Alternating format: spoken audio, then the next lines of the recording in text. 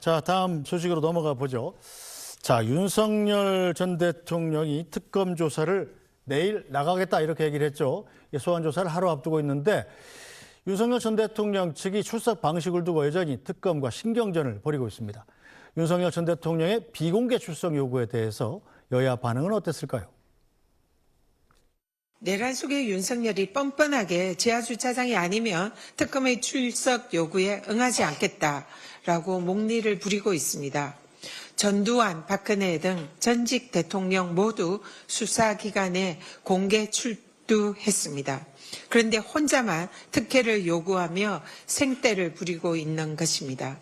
황제 조사를 요구하면서 시간만 끌고 있는 내란 수계에게 더 이상 관용을 베풀어서는 안 됩니다. 터무니없는 이유로 출석에 불응한다면 내란 특검은 즉각 윤석열을 구속해야 합니다. 전직 대통령들이 거쳐온 관례가 있기 때문에 그거에 따라서 하면 될 것 같은데 불필요한 좀 신경전을 벌이면은 국민들이 다 보는 눈이 있을 거예요. 물론 이제 그 문재인 정권 때 뭐 검찰 개혁해갖고 인권 보호 차원에서 포토라인 안 세우겠다 그런 거는 있었지만 굳이 뭐 윤석열 전 대통령이 그걸 여기다 갖다 붙일 필요는 없을 거다라는 생각이 있습니다. 좀 더 당당한 자세로 수사에 임해줬으면 하는 마음입니다. 자, 유기찬 부위원장, 일단 변호사신데 이 주로 피의자가 나가면서 이렇게 내가 비공개로 해달라, 출두 장면을 공개로 해달라 이렇게 요구하는 경우가 전직 대통령 말고는 또 있습니까? 그 원칙이 비공개예요. 그러니까 피해자는 공개로 해달라, 비공개로 해달라 요구할 이유가 없죠. 네. 비공개니까.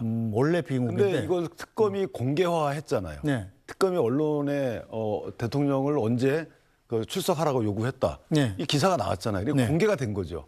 그러니까 그 시간대에 기자분들이 와서 취재가 가능하잖아요. 그렇죠. 그러니까 공개화했기 때문에 비공개해달라고 요구를 한 거예요. 예를 들면 전직 대통령의 경우에는 이전에는 그 공보 규정이 없을 때 그런 거예요. 공보 규정상 비공개로 하라고 조국 때 그렇게 만들어졌잖아요. 네. 조국 전 장관 때. 그리고 조국 전 장관은 비공개로 왔어요. 그다음 그 정진상 실장도 비공개로 들어왔어요. 지하 주차장으로.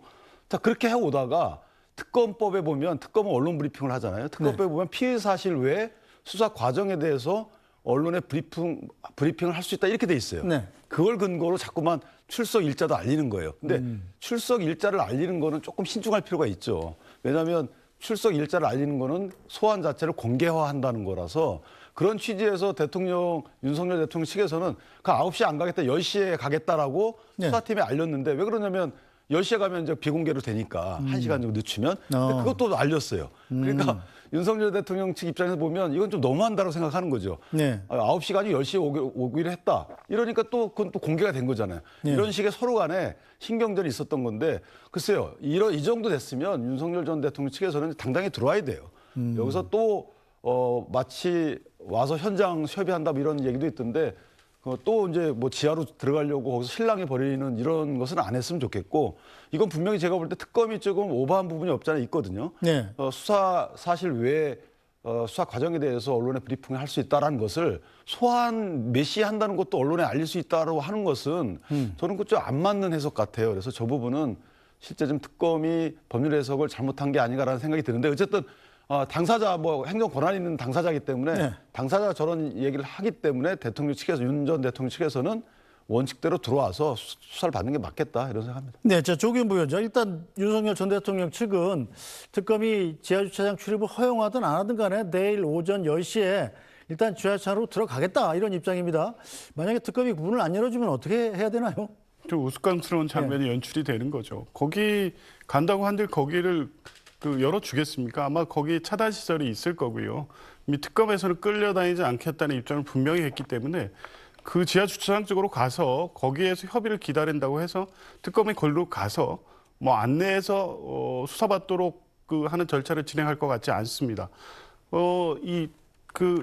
소환 통보를 했고 공개적 소환이라는 입장 분명히 밝혔으면 거기에 가서 기다린다고 하면 그거는 출석에 응하지 않은 것과 똑같은 효과를 보이는 겁니다. 아마 특검에서는 그런 방식으로 지금 소위 말하는 기싸움을 벌이는 윤석열 전 대통령 측에 끌려가지 않겠다는 것이기 때문에 만약 내일 그런 모습을 보인다면 특검은 수사에 응하지 않은 것으로 간주하고 위에 강제 구인 절차로 바로 나갈 수도 있다고 보는데요. 저는 윤석열 전 대통령이 이런 뭐 기싸움 이렇게 해석될 행태를 보이는 게 타당한지 묻고 싶습니다. 물론 이 수사 공보 준칙이라는 게 있고 비공개 수사 원칙이 있지만 이런 경우에 적용되지 않습니다. 특히 그것은 법무부 0이나 경찰청 0에 불과하고 네. 지금 특검법에서 이 수사 절차를 공개하도록 한 것은 이 내란 특검, 뭐 다른 특검도 마찬가지입니다. 이 갖는 국민적 관심이 중대하고 공개될 필요성이 있기 때문에 소환 절차 자체도 이 중대한 어떤 수사의 과정인 겁니다.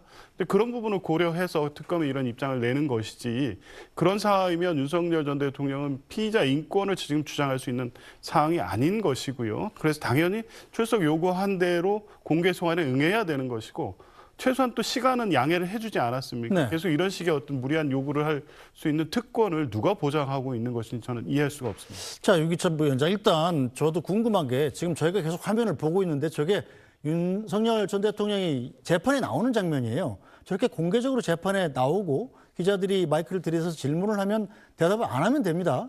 누가 꼭 해야 된다 이렇게 강요하는 사람은 없어요. 물어볼 뿐이죠. 자, 그런데 재판은 저렇게 공개적으로 나오면서 특검은 왜 꼭 비공개로 나와야 되겠다는 건가요? 그러니까 제가 아까 말씀드린 대로 특검의 저런 그 브리핑 또는 언론에 공지하는 이런 태도에 대한 문제 제기라고 보여져요. 분명히 원래 규정대로라면 공보 준칙에 따라서 이걸 비공개로 해야 되는데 네. 몇 시에 소환 요청을 했다는 것을 알린다는 거죠. 그래서 나 1시간만 늦춰주세요 했더니 그것도 알린다는 거죠. 그러니까 윤 전 대통령 입장에서 보면 이거는 처음부터 약간의 제약을 해야 되겠다. 안 그러면 계속 무분별한 뭔가 공쟁이가 있겠구나. 이런 생각을 한 것 같아요. 왜냐하면 윤 전 대통령에 대한 신분은 현재 네. 피의자지만 외환죄 이외에 그다음 특수공무집행죄, 방해죄 이외에 내란과 관련돼서는 수사할 수가 없어요. 그건 네. 기소가 돼 있기 때문에 거기에 대해 참고인 조사를 할 수 있습니다. 공범 관련해서. 그런데 그런 상황임에도 불구하고 지금 마치 내란에 또 다른 수사가 되는 것처럼 이렇게 국민들이 오해할 수 있는 상황이 자꾸 벌어지고 있다. 거기에 대한 초반의 문제 제기가 아닌가 개인적으로 그렇게 생각합니다. 네, 양만희 교수님.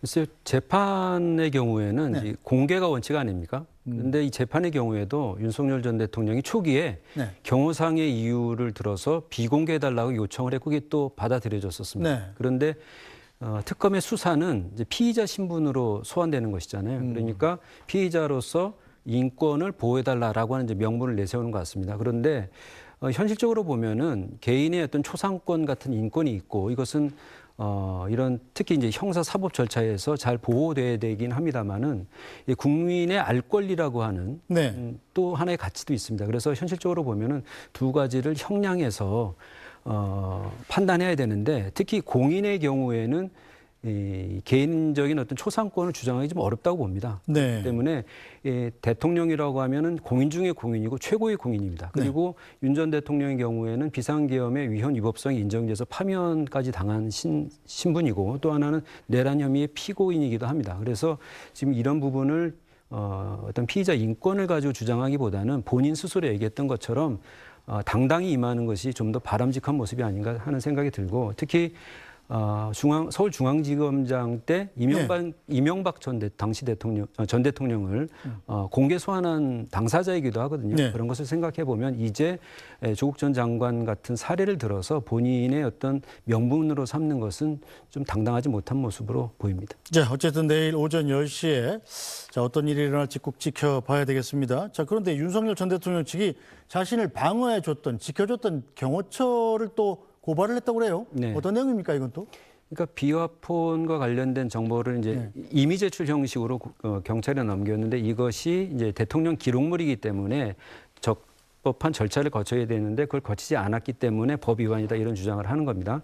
그런데 왜 이런 고발을 했을까 생각을 해보면 윤 전 대통령이 추가로 받고 있는 혐의가 비화폰 정보가 이제 삭제되도록 네. 그 지시했다는 혐의가 있거든요. 그런데 이게 범죄 혐의가 이제 성립이 되려면 뭔가 부당한 비화폰 정보의 삭제가 있었다는 것이 있어야 되고 그것을 수사기관에서 확인하려면 비화폰과 관련된 정보 통화 기록이라든지 서버라든지 이런 것에서 확인을 했어야 되잖아요. 그런데 수사기관이 이것을 확보하는 과정에서 적법한 절차를 거치지 않았다. 즉 증거가 되는 물건의 획득 과정이 네. 불법적이므로 이것은 이제 인정돼서는 안 된다 이런 주장을 하기 위한 것이 아닌가 싶은데요.